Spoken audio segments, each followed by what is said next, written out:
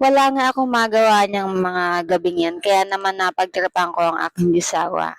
Kinikiliti ko nga siya na gamit ang Sanrio na naputol, na binigay sa'kin ng anak ko kaya naman nanonood kasi yung aking josawa pati anak ko, eh, hindi nila ako pinapansin.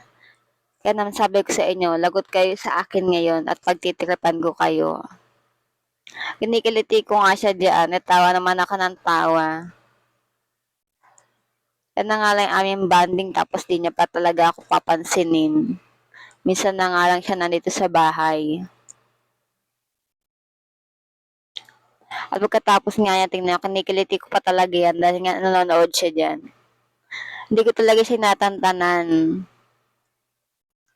Hanggat di nga siya napipikon sa akin. Tapapalingon na nga siya. Kasi nga naiinis na yan. Hindi ko talaga tinitigilan sa pagkikiliti yan. Tatawa na nga lang yung anak ko sa tabi ko niyan eh.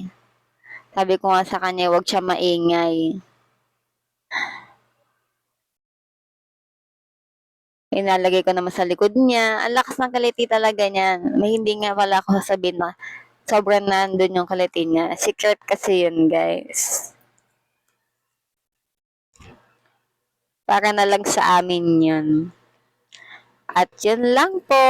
Sana nag-enjoy kayo. Salamat sa panonood.